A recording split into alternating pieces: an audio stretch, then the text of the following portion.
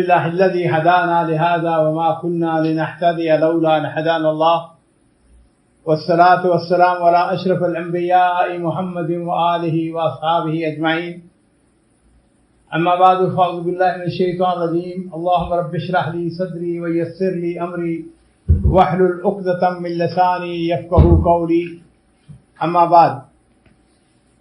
معزز ناظرین کرام، اللہ کے فضل و کرم سے آج ہم ام المومنین سیدہ ام سلمہ رضی اللہ تعالی عنہا ان کے حوالے سے کچھ گفتگو کریں گے. عزیزو، یہ بڑی عظیم خاتون تھی، بہت ہی معزز خاتون تھی. ان کا تعلق بھی عرب کے ایک معزز گھرانے سے تھا اور اسی لیے میں نے ان کا انتخاب بھی کیا ہے کہ یہ ایک عظیم عورت تھی جن کی امت مسلمہ کے اوپر بہت زیادہ احسانات. نام جو ہے ان کے بارے میں آتا ہے کہ ان کا نام ہند تھا اور کنیت ان کی ام سلمہ تھی، اور ان کے والد جو ہے ان کا نام تھا سہیل بن مغیرہ بن مخزوم. بنو مخزوم سے ان کے والد کا تعلق تھا. یہ مخزومیہ خاندان سے تعلق رکھتی تھی. اور اس بات کو ہم اچھی طرح جان لیں، سمجھ لیں کہ بنو مخزوم مکہ مکرمہ کا بہت ہی بڑا قریشی تھی. ویسے قریش کے جو بڑے اس کی شاخیں تھیں ان میں سے ایک شاخ بنو مخزوم تھی. حضرت خالد بن ولید رضی اللہ تعالی عنہ کی یہ چچا زاد بہن تھی. اسی طریقے سے ابو جہل کی بھی یہ چچا زاد بہن بنتی تھی. ان کے جو والد تھے ان کا نام میں نے عرض کیا سہیل بن مغیرہ تھا، لیکن ان کی جو کنیت تھی وہ ابو امیہ تھی، اور ابو امیہ کے نام سے وہ بڑے مشہور تھے. لیکن ان کا جو لقب تھا وہ تھا ذات الراقب. ذات الراقب کا مفہوم اور مطلب یہ ہے کہ وہ اتنے سخی تھے، اتنے مخیر تھے کہ جس وقت وہ لوگوں کے ساتھ سفر کرتے تو سفر میں تمام جو قافلہ تھا اس کی کفالت خود کرتے. یعنی آپ تخیل کریں، میں نے اگلے دن سوچنا شروع کیا کہ ابو امیہ کتنے امیر آدمی تھے کہ قافلے کے اندر 10 آدمی ہوں، 20 ہوں، 50 ہوں. لوگ ان سے کہتے کہ جی اب آپ سفر پہ جا رہے ہیں تو ہمیں بھی ساتھ لے چلے. وہ کہتے اچھا بھی میں آپ کو ساتھ لے جاؤں گا، لیکن میری ایک شرط ہے، اور وہ شرط یہ ہے کہ سارا خرچہ میں ادا کروں گا. چنانچہ ان کو ذات الراقب کہا جاتا. اتنے بڑے سخی باپ کی بیٹی. اور سیرت نگاروں نے یہ بھی ایک نکتہ لائے ہیں، وہ کہتے ہیں کہ نبی کریم صلی اللہ علیہ وسلم نے چونکہ ان کے ساتھ شادی کی تھی، امہات المومنین میں سے ایک تھی اور ان کو ام المومنین بننے کا شرف حاصل ہوا. اس کا ایک سبب یہ بھی تھا کہ نبی علیہ الصلوۃ والسلام نے ام سلمہ کے ساتھ شادی کیوں کی. اس کا سبب ایک یہ بھی تھا کہ یہ بڑے باپ کی بیٹی، بہت بڑے باپ کی بیٹی. بعض نکتہ جو لکھنے والے انہوں نے یہ بھی لکھا کہ عرب جو تھے وہ مساہرہ، یعنی جس وقت رشتہ لے لیتے تھے، دے لیتے تھے تو اس کا احترام کرتے تھے. لوگوں نے کہا کہ خالد بن ولید رضی اللہ تعالی عنہ کیونکہ ان کی چچا بہن تھی، نبی علیہ الصلوۃ والسلام نے جب ان کے ساتھ شادی کر لی، اس کے بعد خالد بن ولید نبی کریم صلی اللہ علیہ وسلم کے ساتھ براہ راست مقابلے میں نہیں آئے. واللہ عالم یہ کس حد تک درست ہے بات. بہرحال ہم آگے بڑھتے ہیں، وہ یہ ہے کہ ان کے والد جو تھے وہ بہت بڑے سخی تھے اور ذات الراقب. والدہ کا نام عاتقہ تھا. اور جہاں تک ام سلمہ کا تعلق ہے، ان کے بارے میں کہا جاتا ہے کہ ان کی ولادت نبی کریم صلی اللہ علیہ وسلم کو نبوت ملنے سے 9 سال پہلے، یعنی بعثت نبوی سے 9 سال پہلے پیدا ہوئی. تو بہرحال بعض یہ کہتی ہیں کہ ہجرت سے 28 سال پہلے پیدا ہوئی. علا کل حال جو بات سمجھ میں آتی ہے وہ یہی ہے کہ ہجرت سے 28 سال پہلے یہ پیدا ہوتی. ان کی پہلی شادی، اور وہ عبداللہ بن عبد الاسد، بنو اسد کے تھے. عبداللہ بڑے خوبصورت، بڑے شجاع، بڑے بہادر، بڑے عظیم انسان تھے، رشتہ دار بھی تھے، اور ابو سلمہ کے نام سے وہ مشہور ہوئے.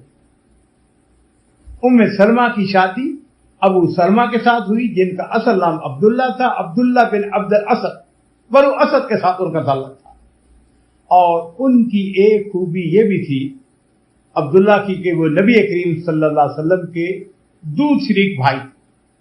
नबी अलैहिस्सलाम ने सवैबा का दूध पिया, अबू लहब की लौंडी सवैबा। तो नबी करीम सल्लल्लाहु अलैहि वसल्लम को भी सवैबा ने दूध पिलाया और अब्दुल्ला बिन अब्दुल असद इनको भी सवैबा ने दूध पिलाया। तो इस तरीका से ये नबी करीम सल्लल्लाहु अलैहि वसल्लम के दूध शरीक भाई थे। बाद घराने बड़े खुशकिस्मत होते हैं।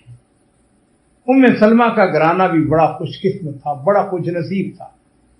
इस बात को जान लीजिए, इस्लाम के अंदर गालिबन जो पहला घराने से बड़ा एक फर्द, मिसाल के तौर पर औरत ने इस्लाम कबूल कर लिया, किसी मर्द ने इस्लाम कबूल कर लिया, पूरे घर में एक पूरा घराना मियाँ बीवी बेयक वक्त जिन्होंने इस्लाम कबूल किया, उनके अंदर जो सबसे पहले लोग जिन्होंने इस्लाम कबूल किया उनके अंदर अबू सलमा और उम्मे सलमा शामिल रज़ी अल्लाह ताला अन्हा।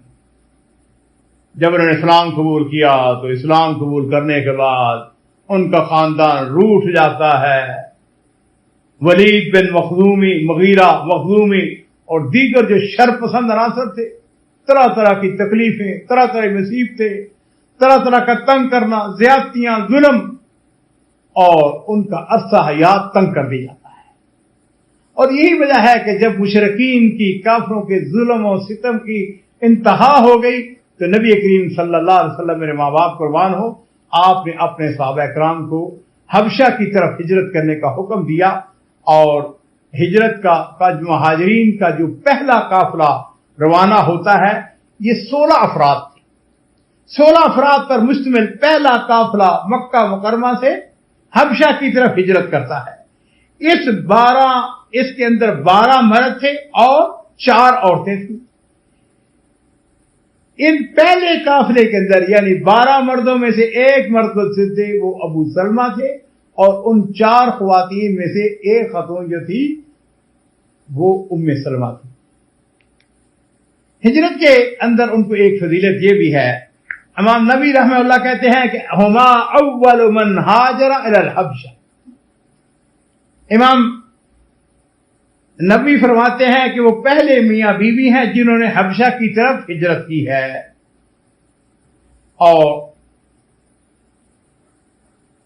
उम्मे सलमा रज़ी अल्लाह ताला अन्हा वहां के हालात बयान करती हैं कि जिस तरीके से मुशरिकीन ने वहां पर बाकायदा सफारत भेजी और मुसलमानों को वहां से निकालने की कोशिश की, और अल्लाह ताला ने हजरत जाफर तैयार रज़ी अल्लाह ताला अन्हु जिन्होंने नजाशी के दरबार के अंदर जाके तकरीर की, और वो कहती हैं कि हम वहां पर हबशा के अंदर बड़ी आसूदा जिंदगी, बड़ी बेहतरीन जिंदगी गुजार रहे थे, नजाशी हम पर बड़ा मेहरबान था, लेकिन बात यह है कि मक्का की याद हमें सताती रहती।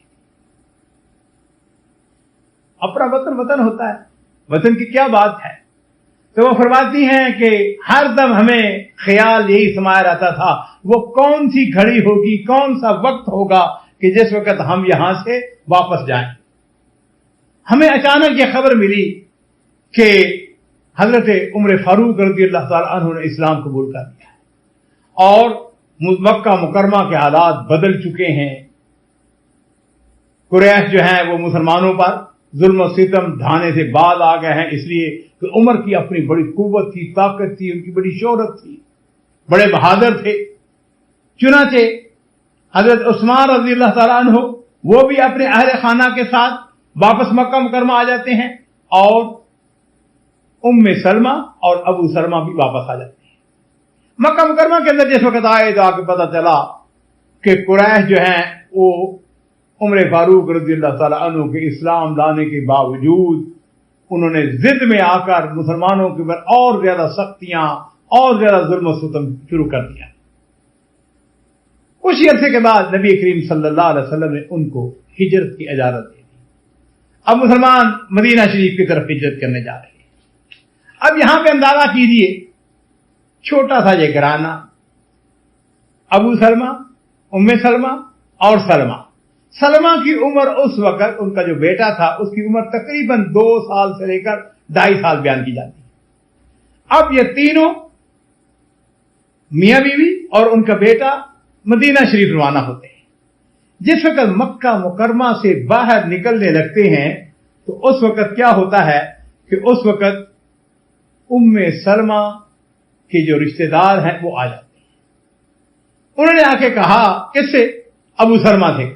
अबू सलमा से कहने लगे, बात यह है कि तुम तो हमारे दामाद हो, हम तुम्हारा तो कुछ नहीं बिगाड़ सकते, लिहाजा तुम तो जा सकते हो, लेकिन ये हमारी बेटी है, हमने तुम्हारे साथ शादी इसलिए तो नहीं की थी कि तू हमारी बेटी को कभी हबशा लेके जाए, कभी यसरफ लेके जाए, कभी इधर कभी उधर। हमने तुम्हारी बेटी की शादी इसलिए नहीं की थी, लिहाजा हम अपनी बेटी को तुम्हारे साथ नहीं जाएंगे। देखिए, जुल्म की इंतहा है। इस्लाम मेरे अजीजों, इस्लाम ने कुर्बानियां दी हैं, बेपनाह कुर्बानियां दी। उन्होंने कहा कि हमने अपनी बेटी उसको नहीं जाने दी। चुनांचे उम्मे सलमा को उनके घर वाले बनु मखजूम छीन लेते। जिस वक्त उसको ले जाने लगे तो बनु असद, अबू सलमा के जो रिश्तेदार थे वो, उन्होंने कहा, जी अच्छा बात है। बनु मखजूम से कहने लगे कि ये तो तुम्हारी बेटी है, लेकिन जो बेटा सलमा है ये तो तुम्हारा नहीं है, बेटा तो ये हमारा है, तो हम इस बेटे को हम लेके जाएंगे। अब अंदाजा कीजिए कि मां से 2-2.5 साल का बच्चा उसको छीना जा रहा है, और इस छीना छिपटी के दरमियान अब उधर से वो पकड़ रहे हैं, उधर से जाहिलियत, जुल्म। इस्लाम ऐसे नहीं फैला है अजीजों, इस्लाम के लिए बेपनाह कुर्बानियां दी गई है। और दोनों फरीकों ने जब बच्चे को अपनी अपनी तरफ खींचा, उसकी वजह से उस बेचारे का हाथ उकड़ जाता है, बाजू टूट जाता है, और फिर अबू सलमा के घर वाले उसे अपने साथ ले जाते हैं। छोटा सा घराना, अबू सलमा मदीना की तरफ हिजरत कर जाते हैं, उम्मे सलमा को उनके घर वाले ले जाते हैं, और सलमा उनको अबू सलमा के जो रिश्तेदार हैं, जो भाई हैं, वो अपने घर ले जाते हैं। अब अंदाजा कीजिए कि ये घराना जो है ये बिखर चुका है, और उम्मे सलमा की कैफियत ये है कि हर रोज उस मकाम पर, उसका नाम अब्ता जगह का नाम, टीला था एक, उस टीले के ऊपर जहां पे हामद जुदा हुआ था, बेटा जुदा हुआ था, वहां पे आके बैठ के सारा दिन रोती रहती, अपने बेटे की जुदाई में, हामद की जुदाई में। और फिर अजीजों, एक दिन ऐसा हुआ कि 1 साल कमोबेश गुजर जाता है। उम्मे सलमा का एक रिश्तेदार वहां से गुजरता है, उसको रहम आ गया, उसने अपने खानदान वालों से कहा, उसने कहा, इस बेचारी के ऊपर क्यों जुल्म करते हो, इसको अपने खामद के पास जाने दो। खानदान वालों को भी रहम आ गया, उन्होंने कहा ठीक है, जाने देते हैं। जब बनु असद को पता चला तो उन्होंने कहा ठीक है, जब ये जा रही है अपने खामद के पास तो बेटे को भी हम दे देते हैं।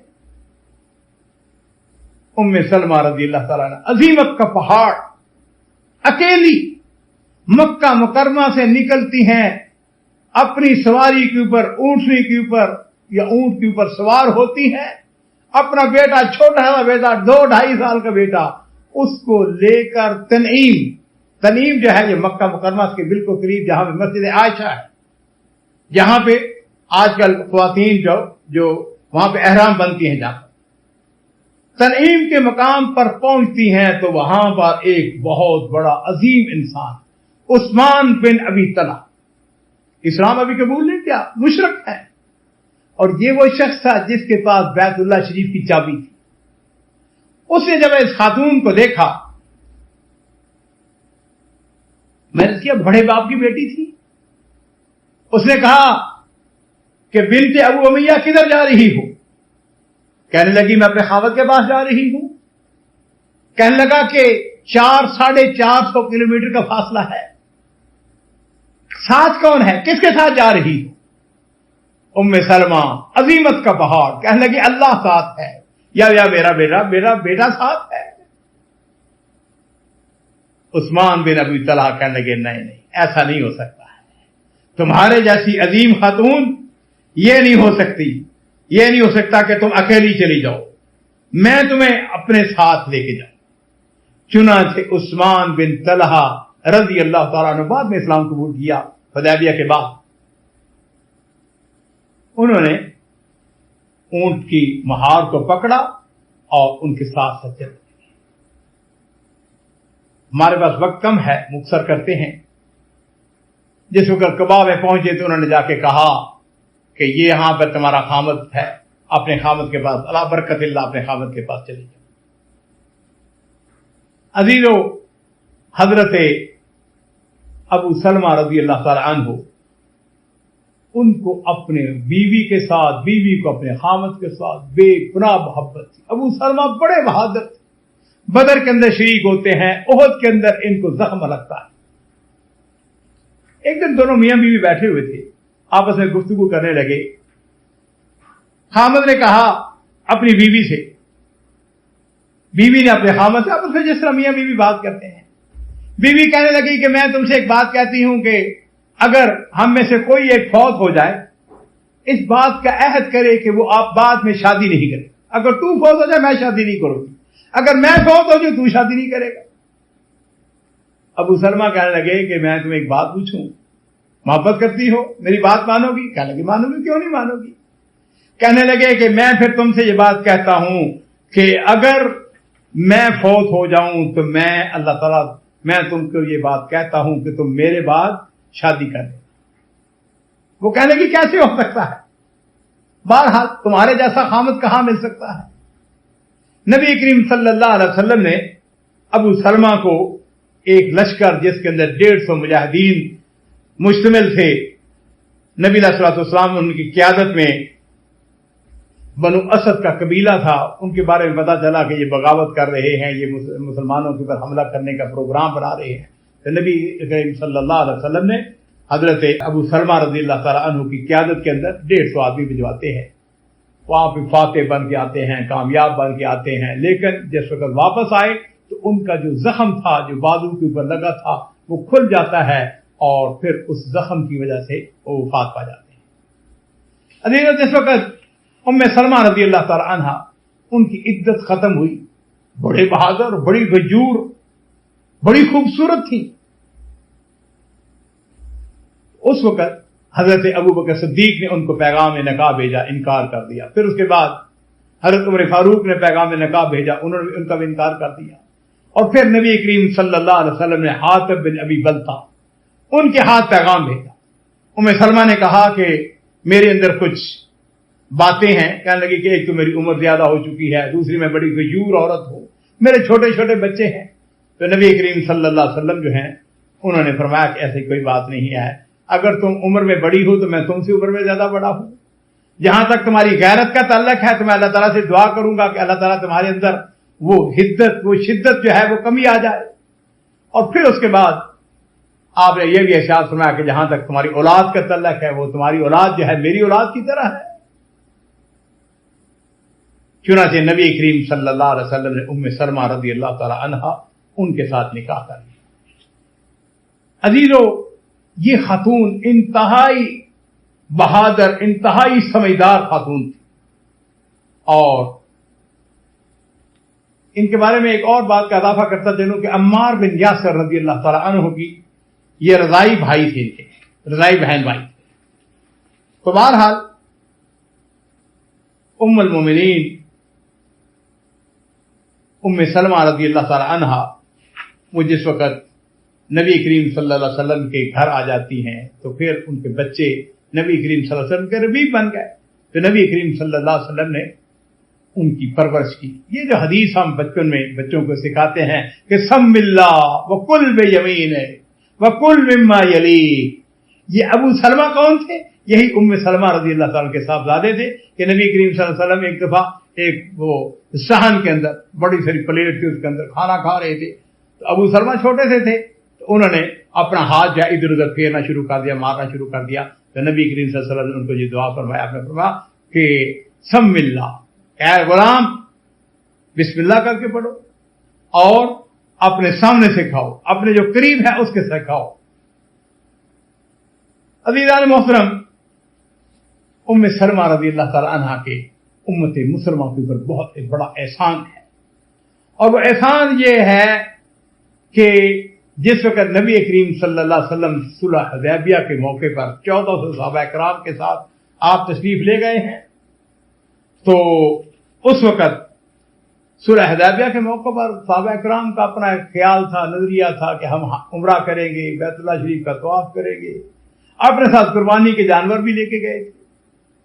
नबी करीम सल्लल्लाहु अलैहि वसल्लम ने जिस वक्त मुशरिकीन के साथ फतह, आपने उनके साथ सुलह हुदैबिया के मौके पर मुआहदा कर लिया, तो उस मुआहदे के अंदर ये बात एक तय थी कि इस वक्त मुसलमान जो है वो वापस चले जाएंगे, अगले साल वापस आएंगे। अब सूरत हाल ये है, हजरत उमर फारूक जैसे बंदे जो हैं, जो बड़े समझदार हैं, वो भी थोड़ा सा नबी करीम सल्लल्लाहु अलैहि वसल्लम की खिदमत में हाजिर होकर अर्ज करते हैं, अल्लाह के रसूल क्या हम हक पे नहीं हैं, हम दब के क्यों सुलह करें। ये सारी बातें सहाबा किराम के अंदर भी थोड़ी सी मायूसी।